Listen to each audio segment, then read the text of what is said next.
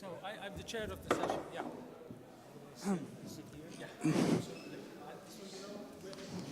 yeah. Please take your seats. The session, Doing What's Right for the Climate While Winning Public Support, is going to start. And now I will leave the floor to the speakers.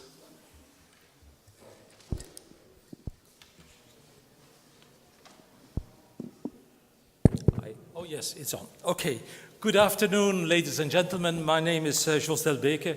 I am here professor at the Transnational School of Governance, and I was the Director General for Climate Action in the European Commission. So I'm very thrilled about the subject on climate policy, and in particular with the question how to win support for climate policy. Because we have seen in the streets that there is a lot of support for climate policy, but we have also seen in the streets that there is the so-called gilet jaune, where there is some opposition against the impact of some climate measures. And in particular, one of the measures that is widely debated is on carbon pricing and carbon taxes. Now, economists have strongly pleaded for using carbon prices to curb the pollution, and it is behind and around this idea that we constituted the panel today. A distinguished panel, if I may say so, and I have three speakers. The first one is Professor Martin Weitzman. Professor Weitzman is a research professor at the economic department of Harvard. I was formerly in Yale and MIT. And I think it's fair to say that Professor Weitzman is the father of environmental economics, because he published a very well-known and widely referenced article in 1974 called Prices versus Quantities. And he formulated the real issue for economists and their opinions what to do in curbing pollution. In 2015, he produced another book, the Climate Shock book, together with Gernot Wagner. And I think we are very pleased to have Martin Weitzman here with us today. He is also well known for his deep discussions he had with William Nordhaus, this year's Nobel Prize winner in economics. And so I think that these discussions delivered an outstanding debate of which Professor Martin Weitzman is one of the main authors. The second speaker is going to be Professor Ottmar Edenhofer from the PIC in Potsdam. He's co-director of PIC and chief economist. He is not only a widely known climate change expert, but he is also the chief economist of the PIC, and he was the co-chair of the IPCC working group on climate mitigation from 2008 and 2015. So Professor Ottmar Edenhofer is strongly embedded in the German policy debate on climate, and it is heating up also there, I would say. So thank you, Ottmar, to be with us. And the third intervention is going to be from Baroness Bryony Worthington. Bryony is the life peer in the House of Lords, and since 2017, she is a non-affiliated member.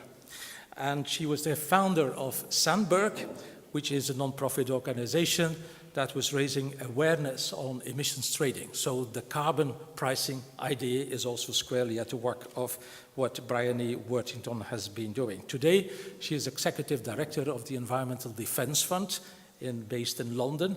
And the Environmental Defence Fund is a very well-known American institution based in New York. So three exclusive speakers I would like to stress on the issue of carbon pricing and carbon taxing. So, Professor Martin Weitzman, you have the floor.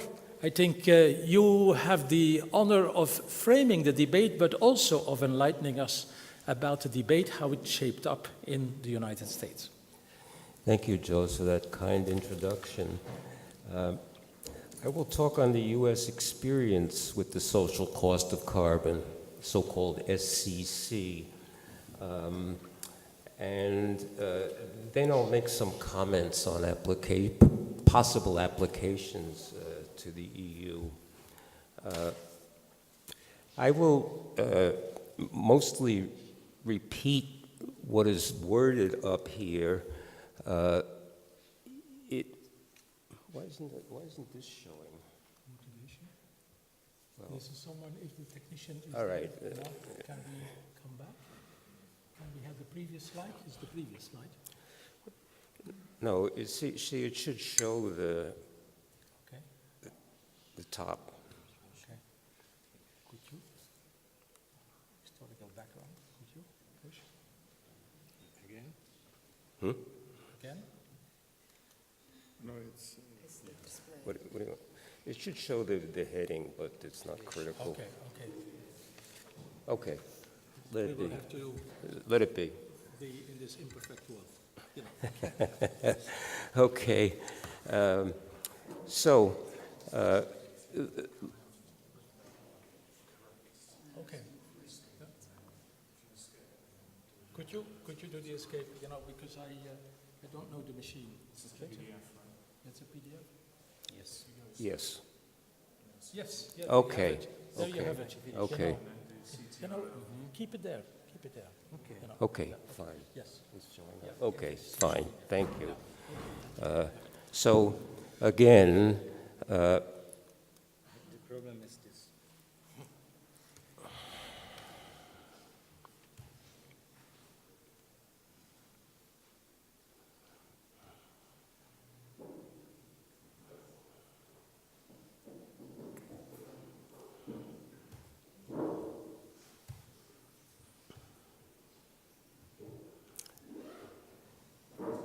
Is it now?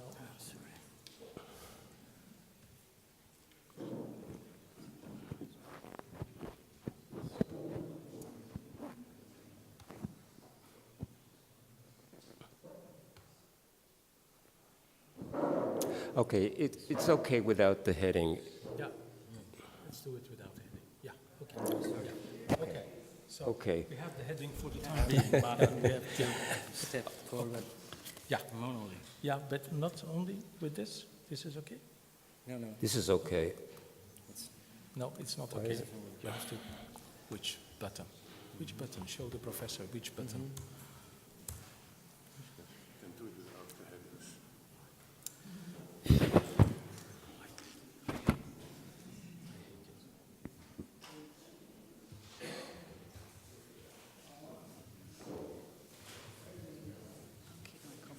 Is it blocked now? It is blocked. Can he talk without the slides?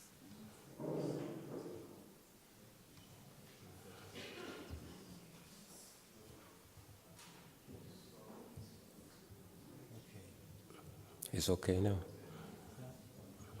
But here the buttons, you know. Okay. If you could use the buttons here. Yeah? I can't use this? I can. No, you can't. You know, which button is it here? Okay. Which goes ahead? Which? You know, is it, can you show the button? This one? Okay. This one? Okay. 3 and 9. And Okay. Okay, you have them? Okay. Second try. Yes. Sorry for the glitch.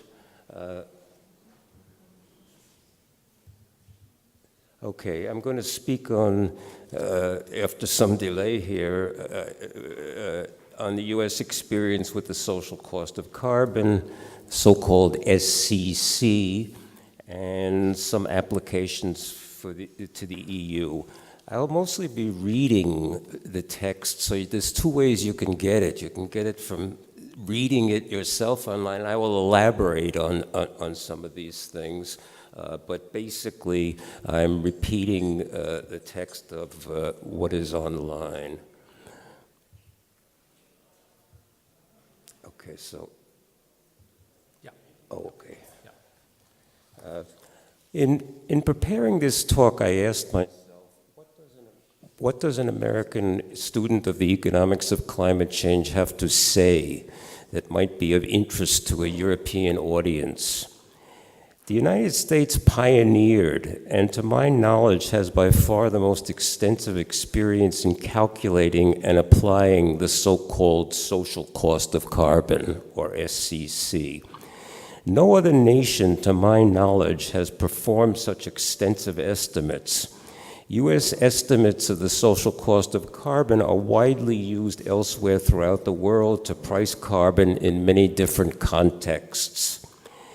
The issue of what is the worldwide social cost of carbon is of interest and importance in its own right. The actual down-to-earth, nuts and bolts American experience with estimating the social cost of carbon is revealing, and I thought it might be useful to share it with a European audience. In 2009, was convened, here's his historical background. In 2009 was convened a first of its kind U.S. so-called Interagency Working Group, IWG, for calculating the social cost of carbon. The Obama administration estimate of the social cost of carbon was first issued in 2010 and was revisited and revised several times thereafter, the latest being in 2016, before the new administration took power. The Interagency Working Group was composed of fully 12 relevant and impressive major U.S. government agencies. Active participants included the Environmental Protection Agency, EPA so-called, the Council of Economic Advisors, CEA, the Office of Management and Budget, OMB, the Office of Science and Technology Policy, the Treasury Department, the Department of Energy, Department of Transportation, Commerce Department, Department of the Interior, and Department of Agriculture all participated in this estimation of the social cost of carbon. So these are heavyweight U.S. agencies that participated in this exercise. In principle, the social cost of carbon could serve as the appropriate social price of carbon, which I call P star here, since the appropriate social price of carbon should, in principle, equal the social cost of carbon. This is the potentially exciting part, and many people favor this interpretation. In U.S. practice, the social cost of carbon is used mainly in benefit cost analysis to evaluate regulations like fuel economy standards. So the instructions went out for the EPA and Department of Energy in setting automobile fuel efficiency standards, for example, that they must take account of the social cost of carbon. They must include it in their evaluation, which is generally going to lead to tougher standards. Okay, now I have to make a sort of a side trip, as it were, because this plays an essential role. What is an integrated assessment model, or so-called EAM in the trade? An integrated assessment model is a dynamic computer model that combines a minimalist, bare-bones model of economic growth with a minimalist, bare-bones model of climate change. An EAM links the two critical component parts together by coupling carbon dioxide flow abatement costs with carbon dioxide stock damages. So this then fits into a standard capital theoretic background. No pain, no gain. If we limit carbon dioxide flows now, we will enjoy higher consumption and less damages in the future. And the question arises, where should we be on this trade-off?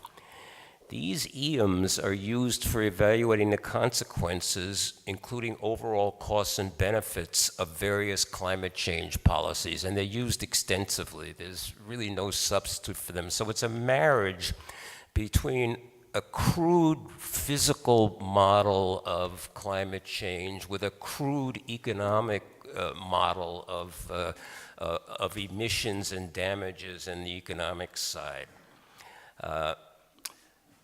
There is a lot of uncertainty in these EAM results. I have to go through this because it's really an essential part of the story. There is a lot of uncertainty in the EM results because both the economic and the scientific parts are highly uncertain. Different EMs can give very different outcomes. I'm trying to tell it like it is. We use EMs because there exist no better alternatives. Outcomes can be somewhat fuzzy and dependent on assumptions. It can be argued that having fuzzy estimates while understanding that they are fuzzy is better than not having any estimates at all. That's the basic defense, that this is better than just throwing out a number. In the US, in this intergovernmental agency,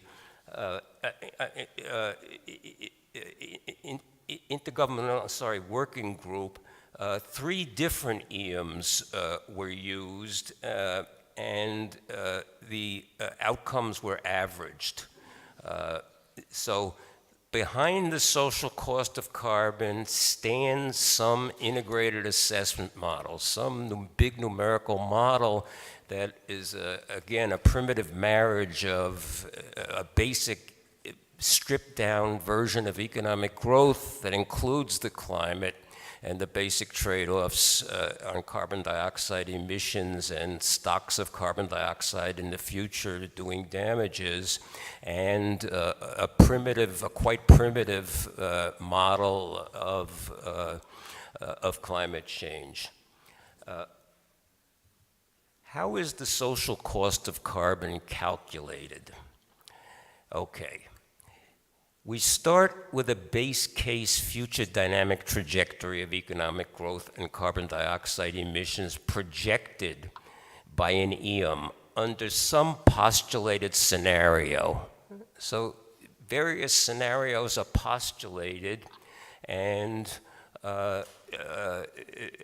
they are made consistent by being consistent with an EM. Then we perform a thought experiment. We perturb this trajectory, this dynamic trajectory, by hypothetically emitting 1 more ton of carbon dioxide now. Then we rerun the EM with this perturbation, that other things are holding equal, but there's 1 less ton of carbon dioxide emitted now. The extra emitted ton of carbon dioxide will increase future damages and thus lower future consumption, because it will show up as the stock of increased stock of carbon dioxide in the future. We calculate the present discounted value of the future extra damages. This is the social cost of carbon. So it's the present discounted damages that result from emitting an extra ton of CO2. This social cost of carbon has sort of taken on a life of its own. It's become an iconic, a very popular and useful summary indicator of how much an extra ton of emitted carbon dioxide is costing society in terms of present discounted values. Here is an important point that must be admitted. In all honesty, it must be admitted that these social cost of carbon numbers are quite fuzzy in practice, because they are very dependent on underlying background assumptions, including uncertainty in the EMs themselves and the discount rate that is being applied to get a present discounted cost of an extra ton of CO2 being emitted. The interagency working group averaged the results of 3 different EMs. Concerning, and they arrived at estimates of the social cost of carbon. Concerning the fuzziness of the social cost of carbon estimates, again, the only real defense is that some rough estimate is better than no estimate at all, because in practice, if we make no estimate, that gets translated politically and socially into a 0 social cost of carbon. So this isn't a clean concept scientifically. Our biggest reason for doing that is intermixed with politics from the beginning. Because if we don't do this, if economists threw up their hands and said, look, this concept is so fuzzy that we cannot give any estimate in all honesty, that would have been interpreted widely, politically and socially as meaning that there is a zero cost of carbon, and we know that's not the case. So there is this intertwining, as it were, with politics right from the beginning. It's not a clean, pure scientific concept. We're doing it because if we didn't do it, then the consequences would be that it would be interpreted as a zero social cost of carbon. Okay, I've said that it's the present discounted value, the present discounted cost of emitting an extra unit of carbon. And here is a big question that racks the, sorry. What is the right discount rate to use? The right discount rate to use in calculating the social cost of carbon is an enormously controversial subject among economists. So there is no consensus. And sometimes it is said fairly accurately that the biggest uncertainty of all in the economics of climate change is what discount rate to apply.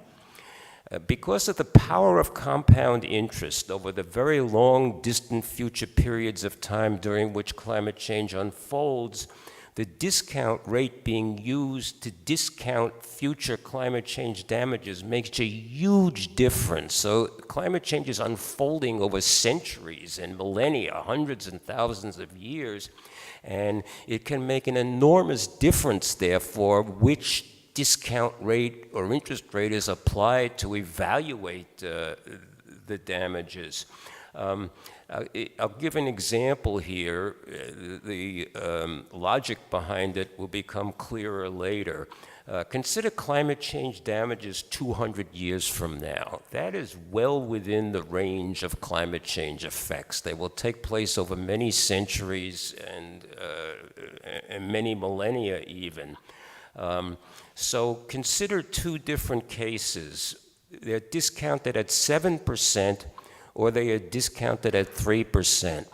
Now, we know that when it's discounted at the lower rate, that will result in a higher present discounted cost. The relationship between the present discounted cost and the rate of interest is the same as the relationship between the price of a bond and the interest rate that it is promising. They're inversely related to each other. It's the same analogy. Okay, 200 years from now, discounted at 7% or 3% will leave a very low present discounted value. Just like a bond paying 200 years from now will leave will give a very low price of the bond today. What is the difference between the two? It's a factor of 3,000, so it's enormous. That is, if we discounted at a rate of 3%, there would be 3,000 times higher present discounted value than if we discounted at a rate of 7%. So taking place over many, many centuries leads to very big factors in the social cost of carbon, which is the present discounted value of the future costs or damages. Now, the Office of Management and Budget, the OMB, which is one of the many participants in this interagency working group, has regulations for what discount rate to use for cost-benefit evaluation of government investments and policies. Everyone knows that over a long period of time, the present discounted values are going to be enormously dependent upon the interest rate. Therefore, there's a need to cite something that looks objective or semi-objective, and it's the Office of Management and Budget, an important agency that has regulations on what discount rate to use for government investments and policies for cost-benefit evaluations. The OMB, Office of Management and Budget, requires evaluating with two different discount rates and applying the one that is most appropriate to the circumstances. The discount rate of 7% represents the before-tax real average rate of return on capital in the U.S. So it's the average real return on the stock market, and it's also the average real return on capital for the United States. The discount rate of 3% represents the after-tax rate that a consumer uses to evaluate consumption options such as goods durability when they're buying goods. So one is a before-tax rate of return, real rate of return. The other is an after-tax rate that a consumer faces. And these have been studied, and these numbers are what we come up with. Let me go to the Obama versus Trump estimates of the social cost of carbon. The Obama administration point estimate of the social cost of carbon made two key assumptions, and they're controversial, just as the Trump administration estimates are, just as the assumptions in the Trump estimates are. They included damages for the entire world, not just the United States. Now, this is appropriate if you're trying to get a social cost of carbon for the world, but it broke precedent with the United States practice, where the Environmental Protection Agency, for example, almost without exception, only considers domestic effects. And also, they chose a base case discount rate of 3%. What were the grounds for that? Well, the grounds were, the argument was that the consumption rate of interest is the rate one would use under the reasonable assumption that emitting 1 more ton of carbon dioxide now spills over into increasing consumption now, but it depresses future consumption. So we're evaluating present versus future consumption trade-offs under this assumption that when we increase emission of 1 more ton of carbon dioxide, it translates immediately to an increase in present consumption. And therefore, there was a logic, there was a story behind the Obama administration picking 3% of the two options. The Obama point estimate of the social cost of carbon was around $45 per ton of carbon dioxide. It is unfortunately a fuzzy number. Again, the logic of coming up with such a number interacts with the political climate. If economists threw up their hands and said, we can't give a point estimate. This is so fuzzy that we can't give a point estimate, it would be interpreted as by the public and politicians as there being a zero price of carbon. So this seemingly objective thing is interacting with policy right from the beginning, as it were. It's not pure on the physical side. It's done because it's better than the alternatives politically and socially. So the Obama point estimate of the social cost of carbon, the point estimate was $45 per ton of carbon dioxide.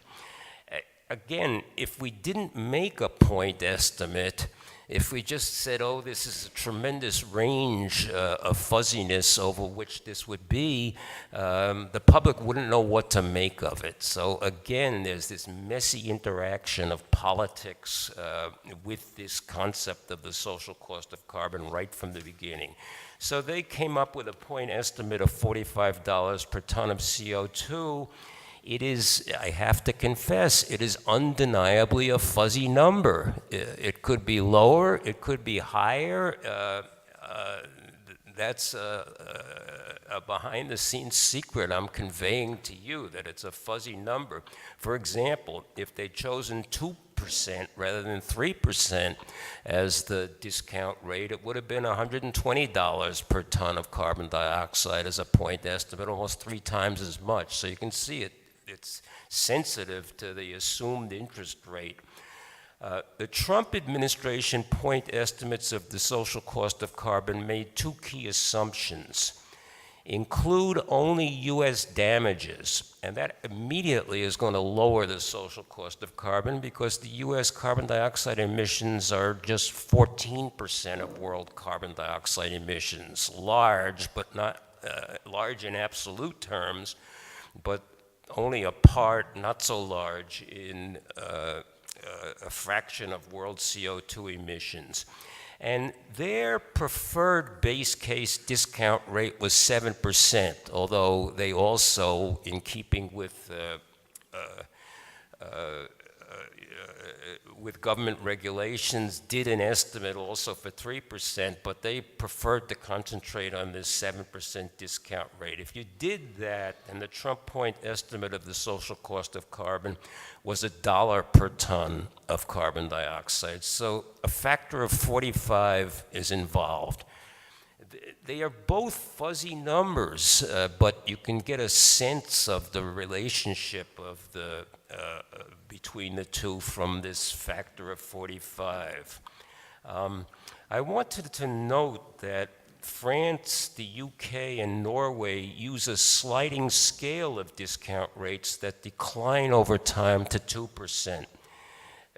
My personal opinion, what do I think should be the world social cost of carbon and therefore the world price of carbon? I would start with the Obama estimates because they are addressing world effects. So I would start with a 3% discount rate for the near or medium future, but going down to 2%, which would raise somewhat the social cost of carbon over those Obama estimates. Okay, I'm about winding up. Here are some further thoughts for what they're worth on carbon pricing and the EU. My own opinion is that economists should stay the course by continuing to pound home the superiority of pricing carbon dioxide emissions.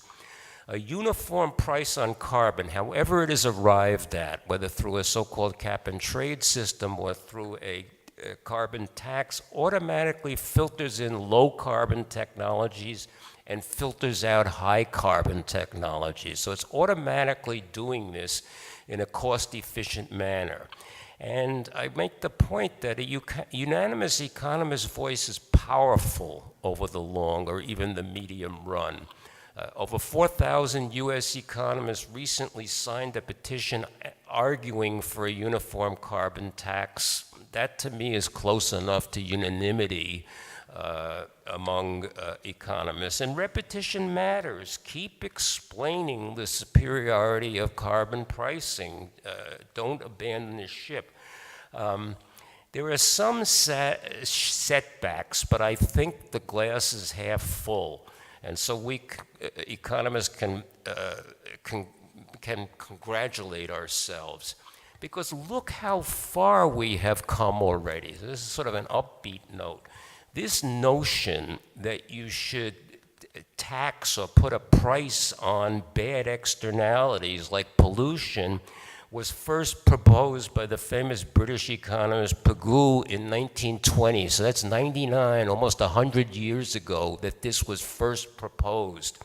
And it had unanimous economists' approval at the time. So economists all agreed with Pigou that this was the best way to attack pollution, to put a price on it one way or the other. And the idea then of Pigouvian taxes is almost 100 years old. But this remained the unanimous opinion among economists. In the club of all economists, it was a unanimous opinion, but it didn't get out into public notice for at least 50 years or more. So during the 1920s, 30s, 40s, 50s, 60s, and maybe into the 70s, this was the unanimous opinion of economists. They unanimously agreed that a price on carbon is the best way to attack this problem, but the public was unaware. So economists lectured in their courses and wrote in their textbooks that this is the best way to attack the problem, but it was not in the public domain. So see how far we have come. Now the public is well aware of the idea of pricing carbon dioxide emissions and the idea that economists unanimously favor that approach. Sometimes that doesn't carry a lot of weight with the public, but I think it does over time carry a weight that economists unanimously favor this approach, and now this is out there in the public. I would say this is now something like a back burner issue. It's out there, it's being used, this concept, but it's not ubiquitously being applied throughout the world. How might it become a front burner issue? I have some ideas, and if somebody raises the question, I can go into that, but I will leave it aside. So my message is to keep pressing a uniform price or tax on carbon. The European Union chooses a cap and trade system, but that has the effect indirectly of introducing a price of carbon. The U.S., the statement signed by 4,000 U.S. economists and other, including two former secretaries of state, favored a tax explicitly, but maybe that's secondary. They were favoring a price on carbon, and in the U.S., in this 4,000 economist statement, they favored the tax explicitly. The EU is favoring a cap and trade system explicitly. So my message is to keep pressing a uniform price tax on carbon. We've come a long way, and I think victory is in sight. I can elaborate on why I think that. So my opinion, it's an opinion. I would be, now I strike out the word strongly. After my visit here or during my visit, I would be in favor of an EU amendment that would not require unanimity for a uniform carbon tax, so that we might the EU might play with that idea as well as a cap and trade system. The advantages, I think, are two. The first one, it guarantees price stability. Now, I was told and informed that within the EU, this is not such a big issue. People don't even notice what the price of carbon, the price of permits is. But I must say that in other contexts, people don't like the fluctuations of price. For example, Exhibit A, the major oil companies, including ExxonMobil, Shell, British Petroleum, Chevron, and a few others, explicitly favor a carbon dioxide tax over a cap and trade system. They explicitly came out with such a statement. Of course, it's not that simple. They want it coupled up with the idea that they won't be sued for damages from climate change. But so, with or without that condition, they're favoring a carbon dioxide tax over cap and trade. Also, the California experience with a cap and trade system, I know this because I follow this literature, and I know many or even most of the people that were involved in the California cap and trade system.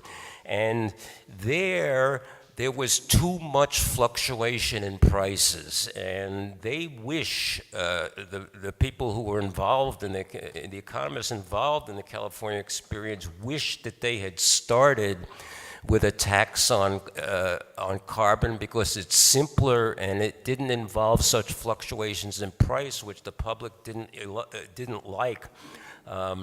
In the California experience, they had to put so-called collars on the price. They had to put a price for it to be accepted by the public. Once they had committed to a cap and trade system, they put a floor on what the price had to be above, and they put a ceiling on the price, and those collars was sufficiently narrow that most of the time it was hitting up against, the price of a cap and trade system was hitting up against the lower price floor or the upper price ceiling. It wasn't actually in the in-between range very much at all. So they wish, I've been told many times, that they had not started off with this complicated system. So I don't know to what extent this applies to the EU system, where I'm told that it's hardly noticed what the public doesn't take a tremendous interest in what the price of carbon dioxide permits is, but experience in other places show that price stability seems to be an important goal. And I think it's easier to understand and administer a straightforward tax on carbon emissions. It's more transparent than a cap and trade system. But there are arguments, and you can make arguments in favor of cap and trade also. I'm about done. Thanks for your attention. I hope I imported some useful knowledge. Thank you very much, Marty, for this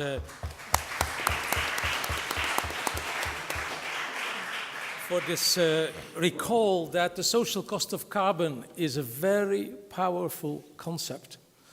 But when it comes to estimates, you underlined how fuzzy they can be. So that is a little bit my question to Otmar. You know, you have been very deeply involved in the work of the IPCC as an economist on how to mitigate and have measures to mitigate, you know, climate change and greenhouse gas emissions. Was the social cost of carbon an important one in your work and in your assessment today in Germany? How much time do I have? 7 minutes. 7 minutes. Yeah. Okay, now, first of all, thank you very much. So within the IPCC, we haven't used the social costs of carbon. I think the reason was there was a very important and a very powerful insight, and the powerful insight within the IPCC was that the increase of global mean temperature is a linear function of the carbon budget. So in that sense, it was quite easy to determine a carbon budget dependent what kind of increase of global mean temperature you might accept. And you know, in the Paris Accord, it was well below 2 degrees. So then there was a, let's say, also with some uncertainty, but it was easy to calculate the carbon budget. And then you can also calculate the appropriate price path. So for the economists, it's a typical hoteling price path. And this price path depends almost completely on the available technologies. So the message I would like to convey is carbon pricing as such does not necessarily or has to rely exclusively on the social costs of carbon. You can also do this with a budget approach, or what people like Baumol said, a kind of a cost-effective approach. So this is the way, in the end, almost all economists decided we should not use the social costs of carbon as a message to the policymakers, because the underlying value judgments, discount rate is one, the use of social welfare functions and so on, is so contentious that basically we provided the insights, so price ranges which are consistent for this budget. The second aspect that I would like to make is Martin Weitzman has written a very important paper, Prices versus Quantities. And in this paper, basically, the uncertainty about the damage functions and the uncertainties about the mitigation function determines what kind of instrument you would like to implement, either a tax or a quantity system. So what we see now in Germany and in Europe, it's not so much the uncertainty about the marginal abatement costs or the uncertainties about the marginal damage costs. It's more or less about political economy issues, which determines in many countries the use of prices versus quantities. So, and I think the most important message from my point of view is that you can always find a way to make both instruments working almost the same. So if you implement a price floor in a quantity system, so then you can a hybrid system, then you combine some kind of a control of a quantity with some kind of price stability. And if you use a tax system and you fail to achieve the quantity target, you have to adjust the tax rate anyway. So it would be a pure illusion if we would assume that the tax rate over a decade could be stable. So there needs some adjustment is needed. Now let me refer to a very interesting development in Europe, and then I will make a few remarks on Germany. In Europe, this is my understanding that we have basically already an established and an implemented emissions trading scheme, and Jos, you are the father or the grandfather, I don't know, of this system. But now there is an interesting second system which is emerging. And this comes from the European effort, the regulation from the European effort sharing.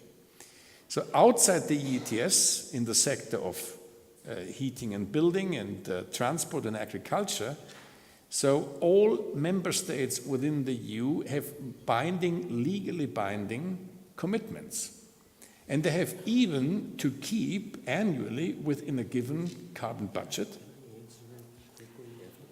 And this within this carbon budget, if this obligation is not fulfilled, countries have to buy from other countries permits. So in the end, I would say there is an endogenous process already implemented, but in the end, we will see some kind of penalty tax for the non-EU ETS. Nobody knows the price, but the countries have to pay a penalty. And this issue, this regulation, this prospect after 2021 has triggered in Germany the whole debate about carbon pricing. Over the last few weeks, you have seen in the newspapers, even at the front pages of the large outlets in Germany, the debate on carbon pricing. Why on carbon pricing?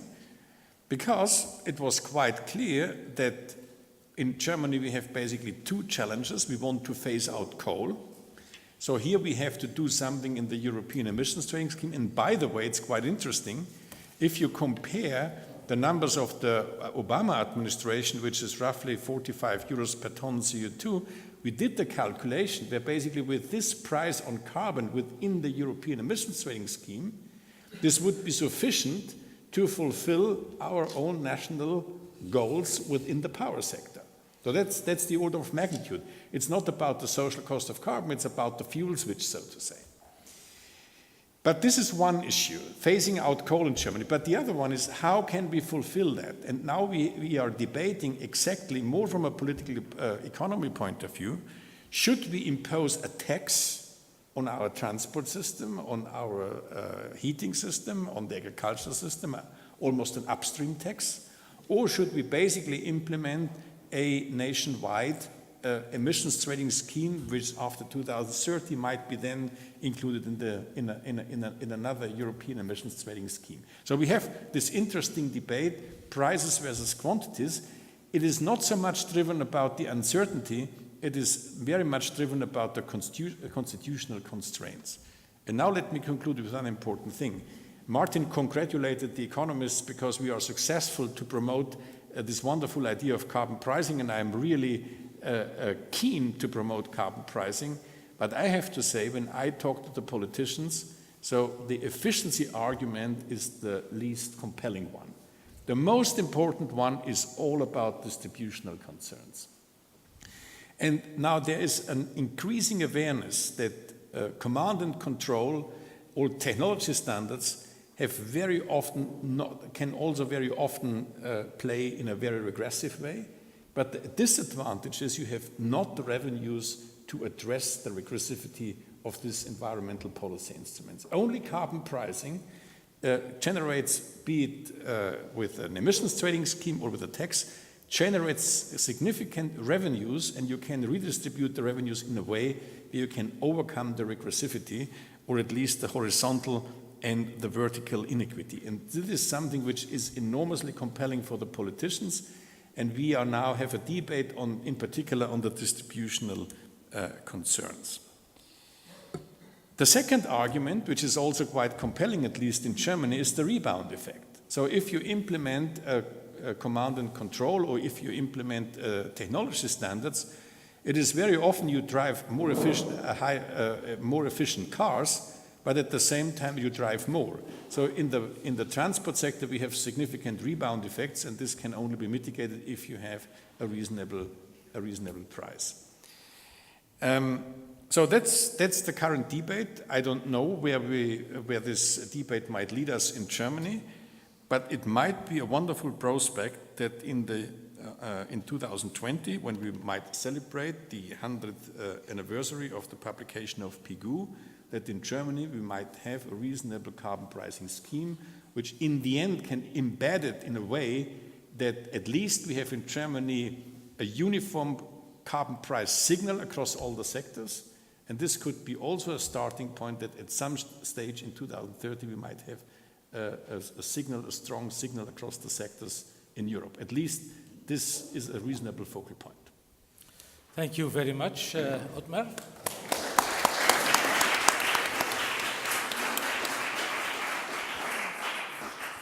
Martin, you wanted to make a quick comment. Yes. In the benefit of time, let's do it briefly. Brief. Ottmar, you say that the consequences are linear in the carbon budget.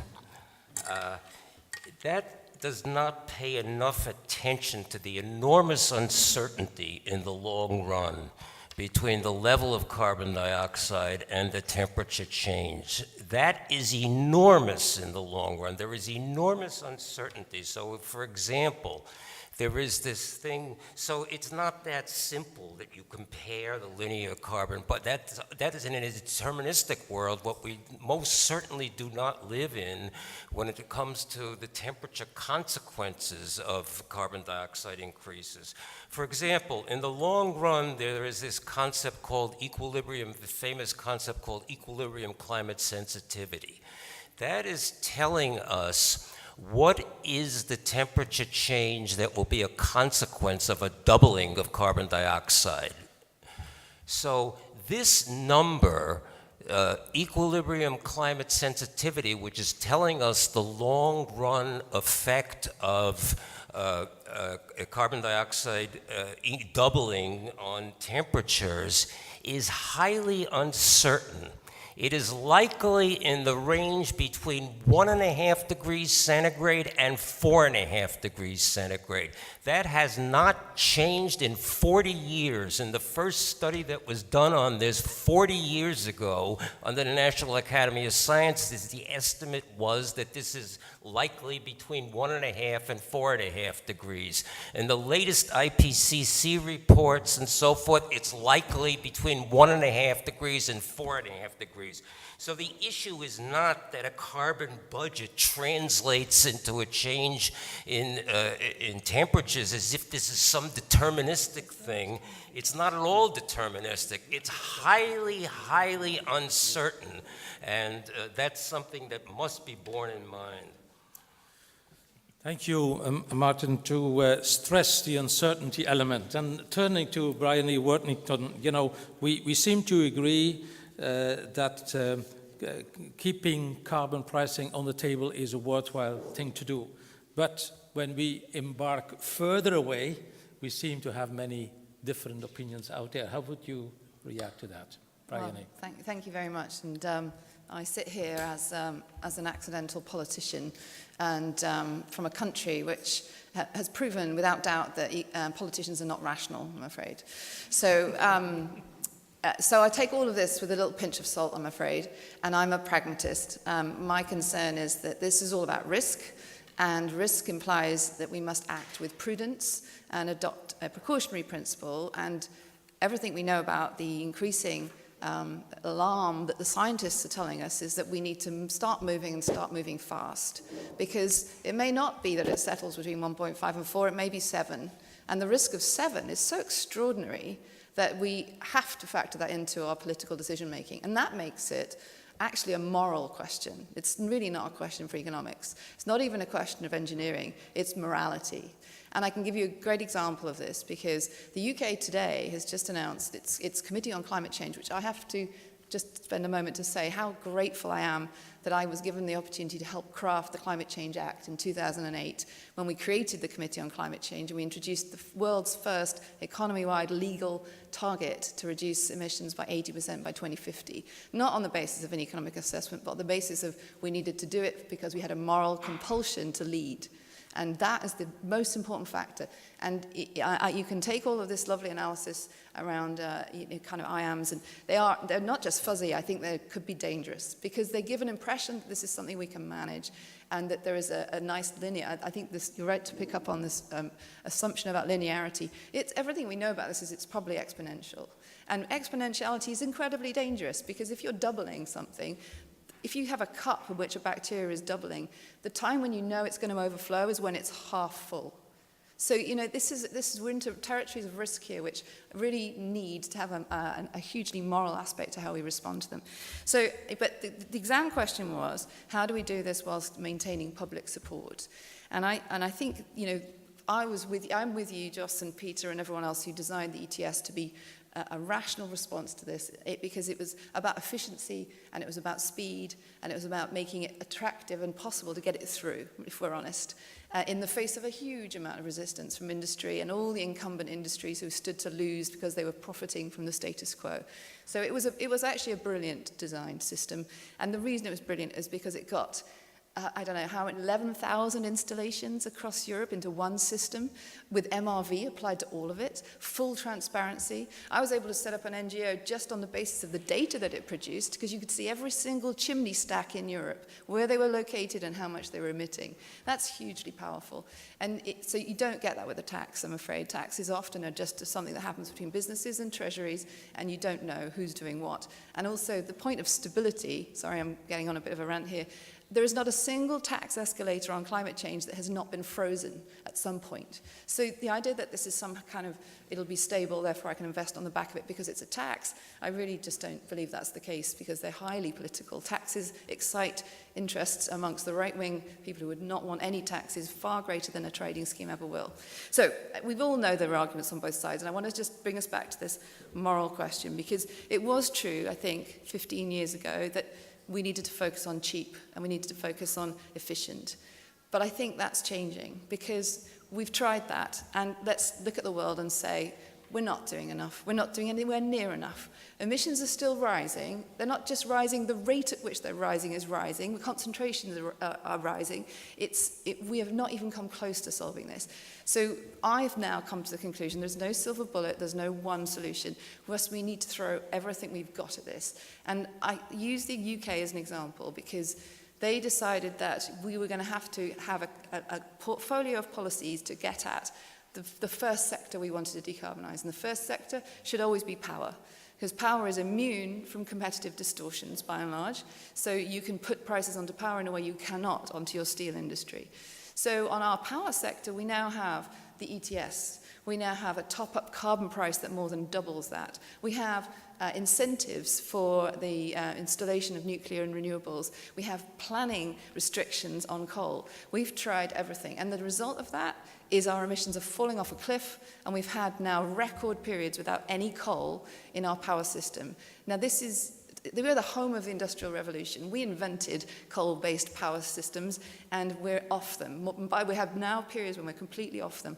And because coal is so much more carbon intense than any other fuel, well, lignite, obviously, I should say, is the worst, and Germany needs to get it sorted on that. But, you know, it's still a remarkable achievement that we've actually, through this combination of policies, managed to reduce the reliance on coal to zero now for extended periods. So, and I think it's been popular because no one's even noticed it. I mean, they may have seen the odd wind farm go up, and they may have seen some solar panels arrive somewhere in a field near them, but by and large, it's happened fast, it's happened without any real opposition, and it's been popular. Nobody is, you know, kind of out on the streets saying we should do less of this. Quite the opposite. They're now out on the streets saying we need to do more. And to sort of bring us back to this question of, you know, public support. Who's the public? Who is the public in this question?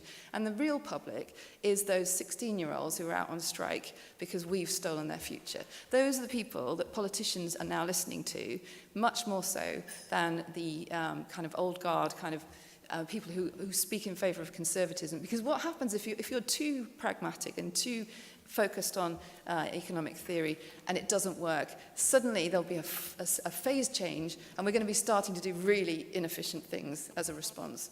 So who knows what these kids will ask for and what they'll win, but it won't be economically optimal.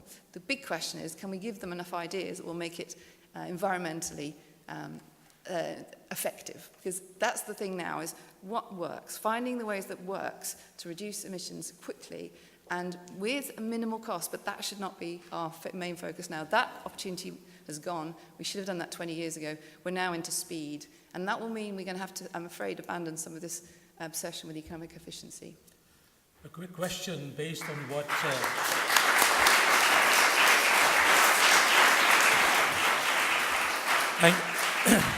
Thank you, Brian. A quick question based on what Otmar just said. Are distribution issues very much present in the UK because the Gilets jaunes, you know, the word on itself, you know, explains a lot. So how are you dealing with that in the UK in the context of your carbon law, you know, and the budget that you have been spelling out?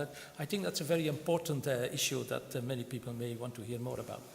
Well, I mean, the distributional issues on power are, you know, the thing is we're replacing what was an amortized capital asset with new capacity. And so, you know, really, obviously power prices were always going to go up because we couldn't keep relying on assets that were actually paid for by the public in the 1950s and 60s. So there's always, you know, it's unfair to compare the cost of new build with what the current megawatt hour price was in the market. So we've seen power prices rising, but you know the counterfactual was they were going to rise anyway. And what's happened is we've found that we've been able to bring the cost down of the clean technologies far faster than anyone expected.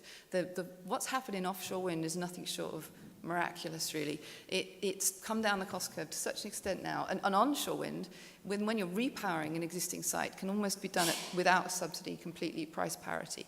Now, that's extraordinary. And I think it's partly because, and I'm a big believer that capitalism, by the way, is part of the solution in all of this, because if you align the incentives for the capitalist system, it delivers things remarkably quickly. And the wind and solar story in the UK is all about that, because it turns out you can deliver solar and wind faster than you can any other form of generation. So there's lots of now incentives aligned. So the distributional impacts have been less. When we get to transport, however, it will be a much more interesting question.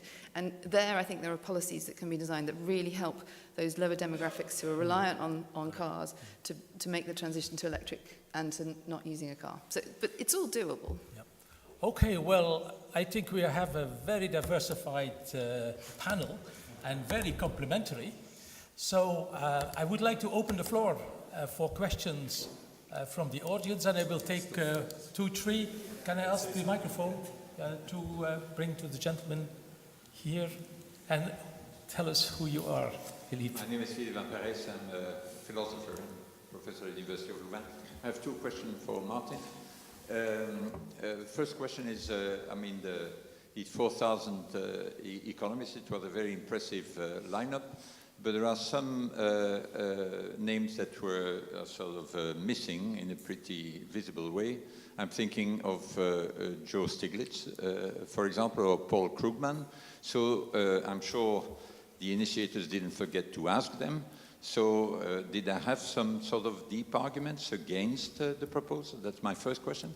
And the second question is on the distributive aspect, which has been raised. So in the call by the American economists, there was a point 5 that said that the revenues from the tax should take the form of a carbon dividend, sort of uniform lump sum that would be paid out to every American resident, I suppose. So are you in favor of that? Okay, thank you, Philippe. Are there other questions? I would like to take this question, and then we come back to the speakers. Yes, on transport, and I'm tying this together also with migration. Here in Florence and in Prato, we have Chinese workers. Instead of the container ships, they are making the products here. If we could think in terms of actually locally producing what we need, instead of this massive transportation system where we exploit with slave labor others, and think in terms of raising the wages of those who work to create a better humanity. Local production is the next question, and we have you have the microphone. Please go ahead. Yeah. Yes, good day. My name is Leo Schotten-Nordloth, and I work for the Council of the European Union. But in a personal capacity, I would have a question to Professor Weizmann and the others.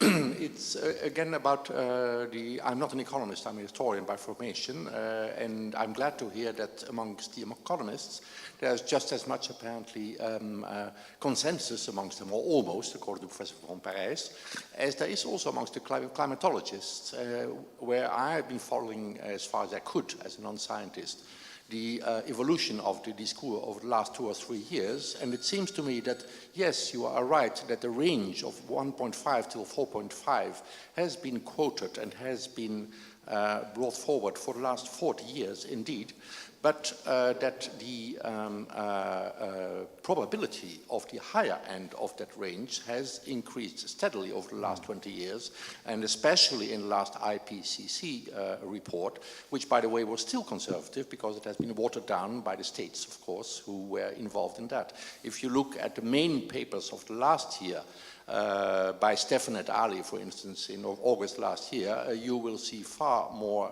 worrisome figures, which actually imply, make also a bit, sorry, I will stop here. The question is, how does the consensus among the economists sit with the consensus amongst the climatologists? They seem to me to clash utterly, frankly. Climatologists speak about short-term tipping points and disasters in 20 years. Economists about long-term, 200 years CO2 tax. Okay, thank you very much.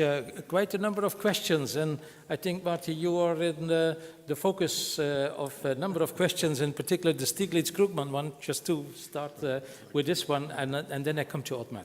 Martin. Okay, the 4,000 economists that signed this, it was sort of a process of accretion. This thing was, I signed it, but it was out there already. So I'm the 4,001st person or something like that. And people just added their signature to this as they wished. I don't know what Paul Krugman or Joe Stiglitz, why they did or did not sign this. Was it something on principle? It could be. Maybe they don't like this equal distribution of a carbon dividend to everyone. That was in there, I think, as in an attempt to pull in conservatives, to pull in Republicans into supporting this, that it would be neutral in this sense of having an equal dividend. So I don't know. I signed on only, as I say, after I saw it there, and many others just signed on after they saw it. the carbon dividend, it has a certain attraction to it that each person gets back some rebate. It's undeniably, to me, attractive that way, because it's facing up to the question of what do we do with this tax on carbon. It's honestly facing up to that and saying, look, here's what we propose. Maybe it's more effective to tie it into green investments, but you're going to lose support from Republicans on that. They don't want a government trying to figure out what green investments to make and so forth. So I think this was a reasonable, to me, this was a reasonable compromise, and it was an honest specificity about it rather than just leaving this vague in the air. The public seems to like linking a price on carbon to explicit investment objectives rather than leaving it as just a per capita dividend. So maybe that's a consideration. Okay, perhaps... economists versus scientists. Climate scientists, I don't know what to say about that. The scientists that generally are extremely suspicious of economists, I would say in general, that economists want to put Wall Street values on everything. They want to put a price on anything and everything. And how can you put a price on ecosystems and other important things like that? Also, a grudge they bear is that economists want to discount everything. Again, Wall Street values. They want to discount, and then with any discount rate, it's going to make distant future things appear very small. I'm somewhat in sympathy with this idea that there's something suspicious about discounting all this stuff. There's some, but I can't articulate it in any particular specific model. Can I just say it's not just suspicious, it's immoral and dangerous. Because it's essentially saying that somebody else who's coming, that the children today's lives, we're going to take a big gamble on whether or not we got the right number. And I think that's morally inappropriate. I think the role of economics is in the microeconomic assessment of once we've set our political trajectory, let's work out an efficient way of getting there. But not to set our ambition, because there's no way you can translate the science, which is fuzzy, into an economically rational ambition. It's a political decision which has a moral component, a hugely moral component. Then you can let the economists run at it. But if we're letting the economists set our ambition, we're into big moral jeopardy, and I think we need to stop doing it.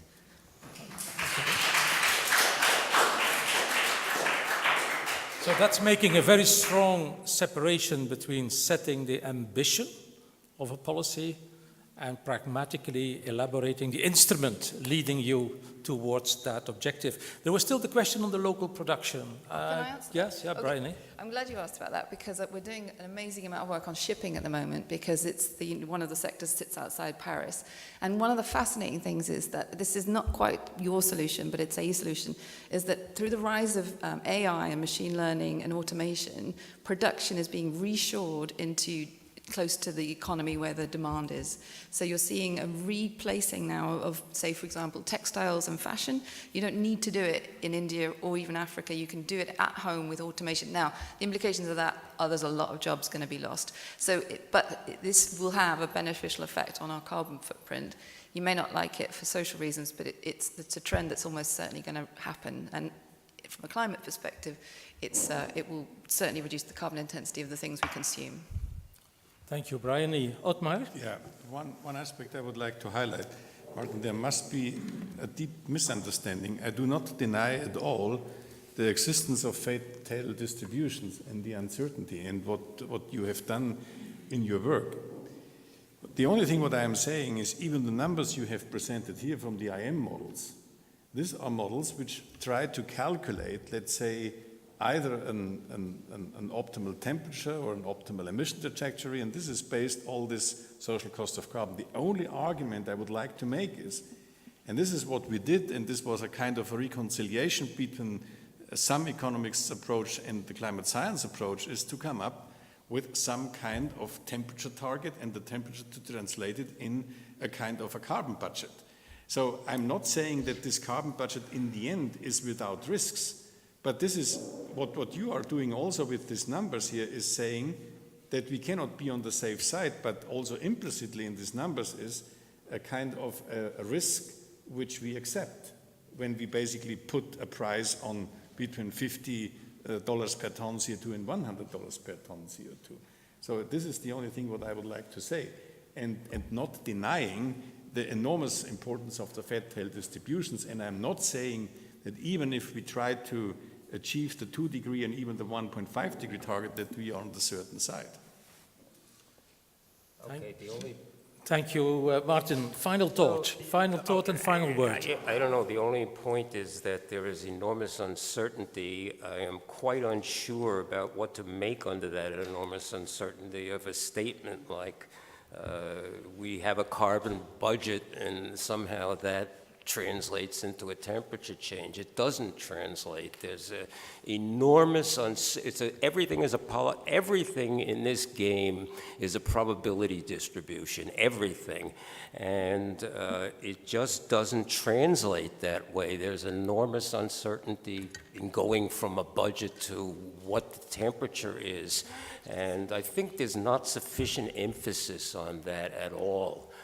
We can't achieve a 2 degree centigrade target by linking it to some quantity of carbon dioxide concentration. We just can't do it. There's too much uncertainty. Martin, this provokes another final thought. Bryony, go ahead. Well,